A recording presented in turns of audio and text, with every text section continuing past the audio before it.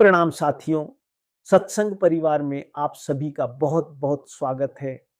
ज़रा एक पल के लिए आँखें बंद करके मेरे साथ सोचिए।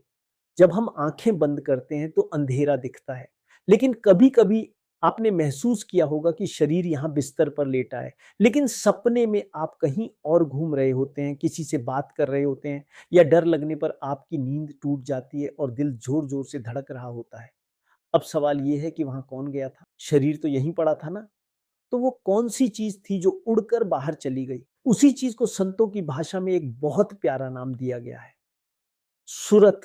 आज से हम एक अनोखा सफ़र शुरू कर रहे हैं। हम संत मत के अनमोल ज्ञान को समझेंगे और आज सबसे पहले हम समझेंगे कि ये सुरत आखिर है क्या? तो चलिए इस आंतरिक यात्रा की शुरुआत करते हैं। आपने यह शब्द सूरत सत्संगों में कई बार सुना होगा। अपनी सूरत को शब्द से जोड़ो, सूरत की धार लगाओ, ऐसे अनेक वाक्य आपके कानों से टकराते रहे हैं। लेकिन क्या आपने कभी रुक कर सोचा कि ये सूरत आखिर है क्या? यह कोई जादुई चीज है या हमारे भीतर ही कोई अनदेखी शक्ति? देखिए, इसे समझना बहुत आसान है। जैसे हमारे शरीर में सांसें चल रही हैं, खून दौड़ रहा है, दिमाग काम कर रहा है, लेकिन इन सब के पीछे जो एक जान है, जो एक होश है, उसका नाम सूरत है। आप अक्सर कहते होंगे ना, मेरा ध्यान भटक गया। वो जो ध्यान भटकता है वही सूरत है। वो जो आंखों से देखती है, कानों से सुनती है और जीभ से स्वाद लेती है, वो सूरत ही है। शरीर तो मिट्टी का बना एक यंत्र है। अगर इसमें से सूरत निकल जाए तो आंखें खुली होने के बावजूद कुछ नहीं दिखता और कान होते हुए भी आवाज सुनाई नहीं देती। इसे ही हम आम बोलचाल में चेतना या कॉन्शियसनेस कहते हैं। अब जरा गहराई में जाइए तो पता चलता है कि ये सूरत कोई शारीरिक अंग नहीं है, नहीं, ये सिर्फ दिमाग की सोचने की ताकत है। ये तो हमारे भीतर बैठी एक ऐसी चेतना है जो निरंतर कुछ न कुछ ढूंढ रही है। गौर कीजिएगा, चाहे आप कितने भी अमीर हो जाएं, कितना भी नाम कमा लें, कितने भी स्वादिष्ट भोजन कर लें, फिर भी एक अजीब सी प्यास बनी रहती है। ये प्यास किसकी है? ये प्यास आपकी सूरत की है। ये सूरत सत्य की, शांति की और असली आनंद की भूखी है। इसे समझाने के लिए संत लोग एक बहुत सुंदर उदाहरण देते हैं। मान लीजिए, आसमान में सूरज चमक रहा है। सूरज अपनी जगह पर स्थिर है, लेकिन उसकी किरणें धरती पर गिरती हैं और फैल जाती हैं। अब अगर सूरज को हम प्रभु या परमात्मा का प्रतिनिधि माने और उसकी एक छोटी सी किरण को जीवात्मा माने, तो उस किरण का जो प्रकाश है वो सूरत है। वह किरण सूरज से तो जुड़ी है, लेकिन उसका ध्यान धरती की तरफ बिखरा हुआ है। हमारी हालत भी कुछ ऐसी ही है। हमारी सूरत उस मालिक का अंश है, लेकिन बाहर की दुनिया में इतनी उलझ गई है कि उसे वापस जाने का रास्ता ही भूल गई है। संतों ने इस शरीर को 9 दरवाजों वाला एक शहर बताया है। ये 9 दरवाजे हमारी 2 आँखें, 2 कान, 2 नाक के छेद, 1 मुँह और नीचे के 2 रास्ते बताए हैं। हमारी सूरत पूरे दिन इन्हीं 9 दरवाजों के चक्कर लगाती रहती है। सुबह-सुबह चाय का कप देखते ही वाह कहकर सूरत जीभ पर आ जाती है। फिर मोबाइल पर कोई वीडियो देखी तो सूरत आंखों के रास्ते बाहर निकलकर फोन में घुस जाती है। और शाम को किसी ने थोड़ा कड़वा बोल दिया तो सूरत कानों के रास्ते दुखी होकर मन में बैठ गई। कुल मिलाकर ये सूरत इन 9 दरवाजों से बाहर निकल निकल कर इतनी थक जाती है कि असली खुशी जो भीतर है उसे ढूंढने का समय ही नहीं मिलता। ये जो सूरत का बाहर भटकना है, इसे समझाने के लिए एक बहुत पुरानी कहानी है। ये कहानी है एक फकीरनी राबिया की। एक दिन शाम के वक्त लोगों ने देखा कि राबिया अपने घर के बाहर सड़क पर कुछ ढूंढ रही है। पड़ोसियों ने सोचा, जरूर कोई जरूरी चीज गिर गई है। वो सब उनके पास आए और पूछा, माँ जी, क्या खो गया? हम भी मदद करते हैं। राबिया बोली, मेरी सुई खो गई है।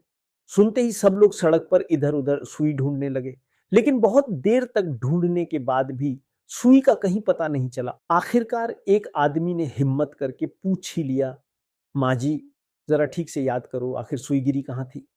राबिया ने बड़ी सहजता से जवाब दिया, सुई तो मेरे घर के भीतर अंधेरे कमरे में गिरी थी। ये सुनकर सबके मुंह खुले के खुले रह गए।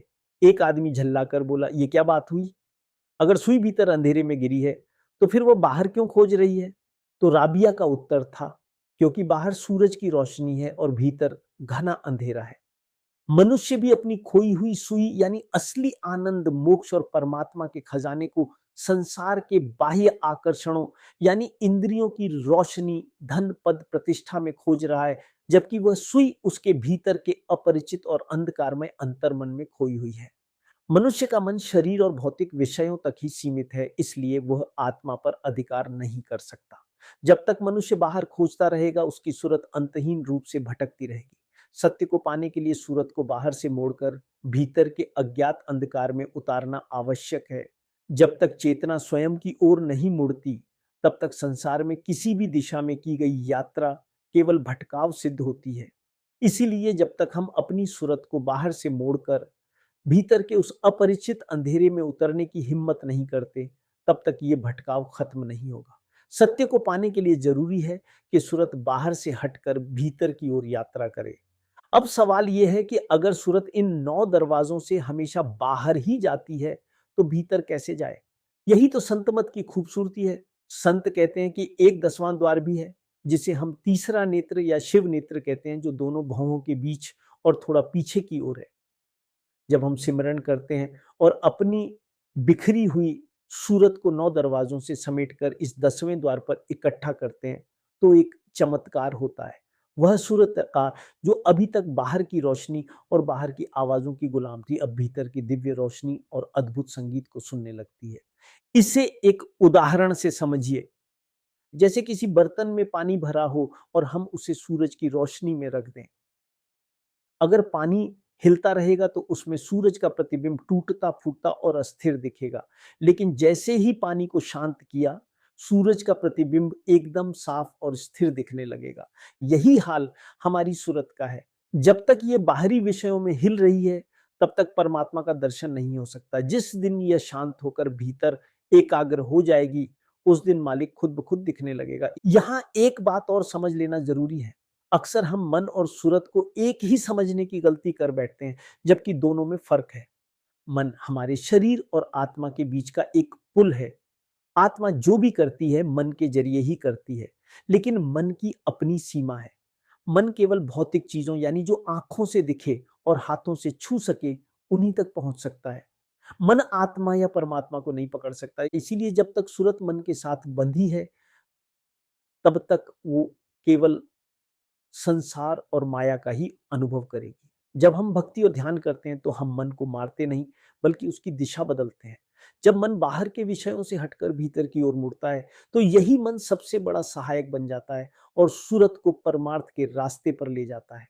हम सब कभी न कभी तीर्थ यात्रा पर जाते हैं, हरिद्वार, गंगा, कैलाश पर्वत के दर्शन करने की इच्छा रखते हैं, लेकिन असली कैलाश, असली गंगा और असली हरिद्वार आपके शरीर के भीतर ही मौजूद है। जब हमारी सूरत बाहर जाने की बजाय भीतर की ओर मुड़ती है और एकाग्र होकर ऊपर उठती है, तो उसकी एक अद्भुत धारा बहने लगती है। इसे सूरत की सेंसर धारा कहा गया है। जब ये धारा भीतर के उस दिव्य केंद्र या 10वें द्वार में पहुंचती है, तो वहां एक अद्भुत फुवारा फूटता है। यही है असली आत्मिक स्नान। जो लोग बाहर की नदियों में नहाकर पाप धुलने की उम्मीद करते हैं, वे भ्रम में हैं। जब तक सूरत की ये अंतरधारा सत्य के उस मानसरोवर में डुबकी नहीं लगाती, तब तक जीव को आवागमन के चक्र से मुक्ति नहीं मिलती। यहाँ एक बहुत जरूरी बात याद रखिएगा, सूरत अकेली नहीं चल सकती। जैसे कोई अंधा आदमी बिना लाठी या बिना सहारे के नहीं चल सकता, वैसे ही सूरत को भीतर की यात्रा करने के लिए एक सहारे की जरूरत होती है। वह सहारा है शब्द या नाम। कहानी यूं है कि एक बार किसी संत से किसी ने पूछा, महाराज, सूरत को ऊपर कैसे खींचे? संत बोले, बेटा, जैसे सांप अपने पैरों से नहीं चलता, बल्कि बीन की आवाज पर मोहित होकर रेंगता हुआ आगे बढ़ता है, ठीक वैसे ही सूरत को सिमरन की मिठास से ऊपर उठना होता है। जब हम बार बार प्यार से उस मालिक का नाम लेते हैं, तो सूरत उसी रस में खींची चली जाती है। तो साथियों, आज हमने जाना सूरत क्या है। यह हमारी चेतना है, हमारा ध्यान है, वो शक्ति है जो जीवन को चला रही है और जो निरंतर सच्चे सुख की खोज में रहती है। सूरत कहाँ भटक रही है? जागृत अवस्था में ये 9 दरवाजों से बाहर की दुनिया का मजा लेती है और राबिया की सुई की तरह असली खजाना भीतर होते हुए भी बाहर ढूंढती है।